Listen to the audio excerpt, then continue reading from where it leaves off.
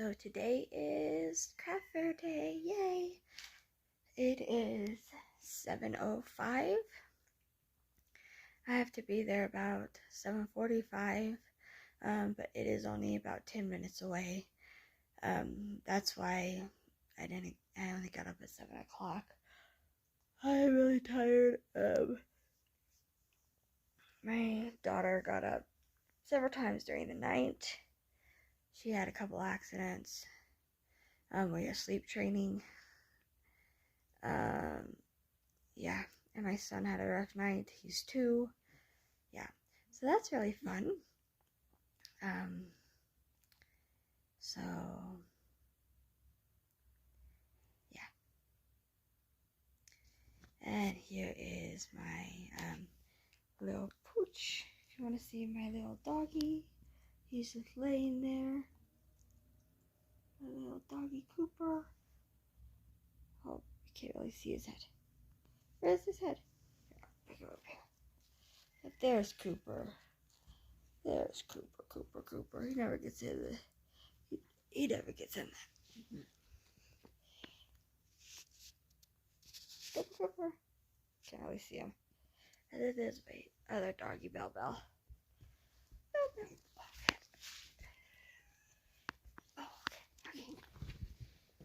Okay, so now I'm gonna get dressed.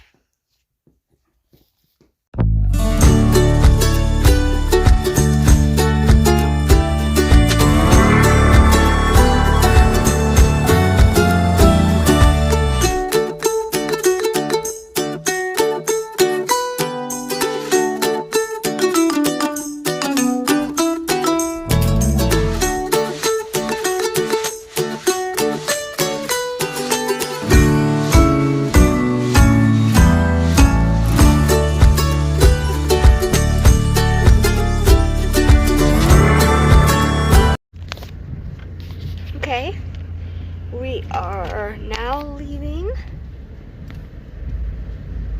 for the craft fair.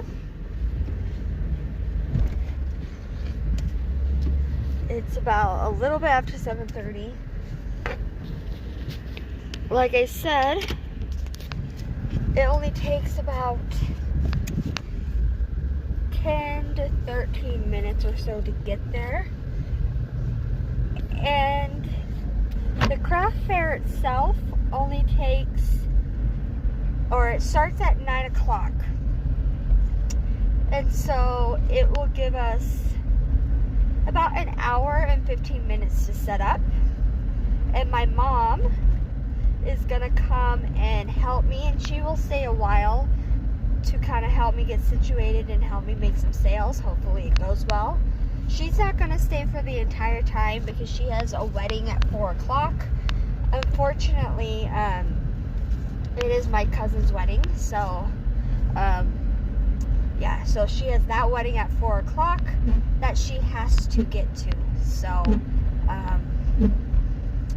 yeah, so I unfortunately will have to miss that, but this is the only craft fair I will have this year, so I don't really have a choice. Yeah. So anyways, I will have to let you go here so I can drive, and I will pick up the recording once I get there. Bye. So we just finished setting up. I parked my car on the other end of the parking lot, and this is how my booth looks. It is about 8:35, so we have 25 minutes before the craft fair starts. It's looking pretty good, so I'm hoping that it goes well. As you can see, I have a ton of things to sell, and this isn't even all of it. We still have a few stuff under the tables in my suitcases, in case I run out of product. And it has my name on all of it, or my name on the front there, and I tagged all of my product, and so I'm hoping it goes well. Wish me luck. So I had my craft fair yesterday, and it didn't go very well. Last year I did this craft fair twice. I did the one in October and the one in December. They have it 4 times a year. They have one in April, one in October, a 2-day event in November, and then one in December. And I did it last year in October and December. And the ones when I did it last year in October and December, it went okay, and this one went horrible. And the one last year, I only bought one booth for $50. This one, I went all out and bought 2 booths for $100. And so not only did I make less money than I did last year, I also spent more money in booths, so I even came out with even less money. And so, yeah. I am personally not a huge fan of craft fairs. I don't think they are worth it. I see people who sell out of their product. I don't know how they do it because I've never been able to do it. I've done a handful of craft fairs in my 10 plus years of crocheting, and I've never been able to sell more than a handful of items. But I see people all the time on my Facebook group saying they've sold out. I don't know how they do it. I don't think that they are worth it because you have to pay, most starting costs for a booth are $50. Some are higher than that. And then you have to do the advertising, your business cards, it's stressful trying to push the product out, and then you have to make it. Then there's the cost of the gas, the cost of your display, the cost of the material to make the items, and you just don't make very much money. Even if you were to sell out, you just don't make that much money. I actually make more money. I don't make any money on my Etsy either. I'm actually going to shut that down because I make no money on that. I actually make more money just crocheting something, putting it on my Facebook and advertising on my Facebook, which is free, by the way, and I don't have to pay a percentage to advertise on Facebook, and I don't have to pay Facebook a percentage, and so I get all of that income, right? Whereas Etsy, you have to pay a 10 or 20 cent advertising fee, and then you have to also pay a percentage once you sell the item, plus you also have to pay a processing fee for the credit card, whatever, because they have to pay online, and it's ridiculous. Whereas on Facebook, I have a Venmo, so they just pay me through Venmo, and they pay for my shipping if they have to ship it out. If it's family, I just hand it to them, and they don't do that. But and it's pure profit. And I actually make more through advertising on my Facebook, which is free, and I make more just word of mouth for friends and family, or people who know my parents, or people who know my husband, or people who know other friends that I know. And so they're like, hey, I know this person who crochets, and maybe she can crochet it for you. And then I actually make more money that way because those people want a specific thing and they're not bargain hunters. Whereas at craft fairs, they just want a bargain, and so they're like, what, $20 for a beanie? I can buy it at Walmart for $10. Yeah, that may be true, but it's also factory made. It's not handmade. $3, $10 for a beanie that barely covers the yarn, let alone the 4 hours it took me to make it. Right? And so there's a lot of bargain hunters at craft fairs, and so it's very difficult to sell. Whereas from word of mouth, those aren't bargain hunters. They actually know what they want. A lot of them want customized orders, and so they are willing to pay a good price for the order because it's customized. And so I actually make better money doing that. And I also want to get into pattern writing, which I've written down a few patterns. I just don't know a good platform to sell my patterns on, and I don't know how to advertise for those. So I really want to do that. So anyways, I've written down the things that did sell, because I did make some money. I did make my booth fee back. I just didn't make, and I did make more than my booth fee. I just didn't make that much more. And at least I did make my booth fee back. At least that. So I sold 3 out of 5 of my leggy frogs. I did sell 1 out of 9 of my gummy bears. I did sell 2 out of 4 of my pumpkins. I did sell all of my turtles. Those were my best-selling product. I did sell all of my mini, like my itty-bitty mini whales. It seems like people really like the plushies and the really tiny amigurumis, the ones that are like this big. People really like those. I saw a lot of children walking around with those. Sorry, I dropped my paper. I sold all of my only jellyfish keychain. I sold my only strawberry. I did sell my caterpillar, the one that I had for $25, and it was really long. The one that was different colors, and the one that I was my own pattern, and it was had a flower on it, and it was like my pride and joy. I absolutely loved it, and I didn't have to discount the price. I really felt pressure to discount some of the higher priced items. Like my strawberry I had for $15, and a little boy really wanted it, and so I discounted it to $10 for him. I did that to a few of my stuff because I really needed to make my booth fee back, and I really felt pressure to do that, unfortunately. But I didn't have to do that for the caterpillar. Someone wanted it bad enough to pay the actual $25. I was really impressed.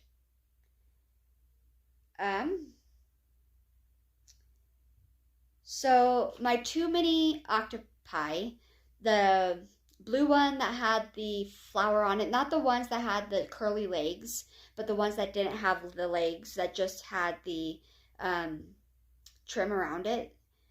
The one that was blue with the flower, and then the Christmas one that was red and had the red and green trim. I sold both of those. And then my little baby holders that they can chew on, the ones that look like rattles but they weren't rattles, the Rudolph one and the bunny one with the 3 flowers, I sold both of those.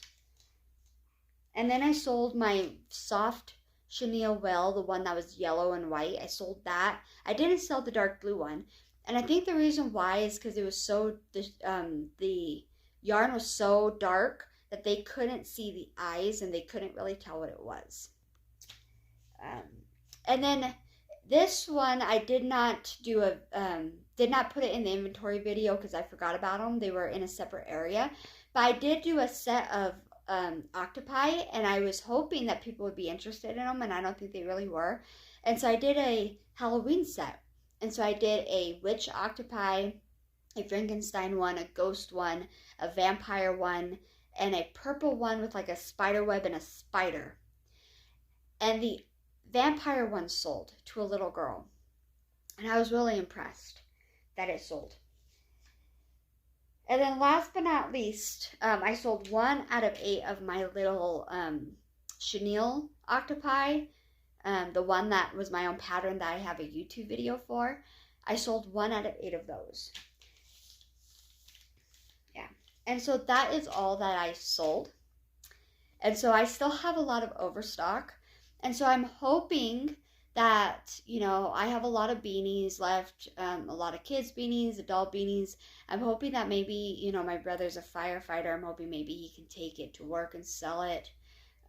Maybe my husband can take some stuff to work and sell it, or my mom. I really need to get my stuff sold. I can put pictures of my stuff on Facebook and try to sell it. But I really need to get it sold. Yeah. So, yeah. And that is all that I sold. Yeah, not too impressed. I wasn't impressed last year either. I kind of didn't want to do a craft fair this year because of how bad it went last year. But my husband kind of encouraged me to try it again this year, and it was worse. And I will have to say that last year I was in a better part of the building. I was right by the front doors, whereas this year I was in the back of the building, by the bathrooms, and that might have something to do with it. Last year too, I had a lot of family come and see my stuff, and they bought some of my stuff too to support my business. Whereas this time, unfortunately, I had a cousin who's getting married the same day. Um, so unfortunately, that happened because I had registered for this craft fair months ago, right? And I didn't know her wedding was going to be the same day. So, but things happen. So, and I think that my family supporting my business last year was partially why I made so more than I did this year. If they wouldn't have done that, I would have probably made about the same. So I just won't do this craft fair next year. If I do a craft fair next year, it will probably be something else. Unfortunately, most of the craft fairs in Colorado are anywhere from an hour to 2 hours away from me.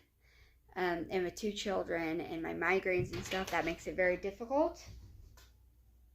Sorry, that's my daughter. Hold on. So, sorry about that. That was my daughter. So, I will have to say, the benefit of having a craft fair is that it is good advertising for your business, even if you don't make a lot of money. So, I wanted to have little business cards. Unfortunately, I don't have a printer, and so I had to have my mom do it, but her printer wasn't working the night before, so I couldn't have business cards.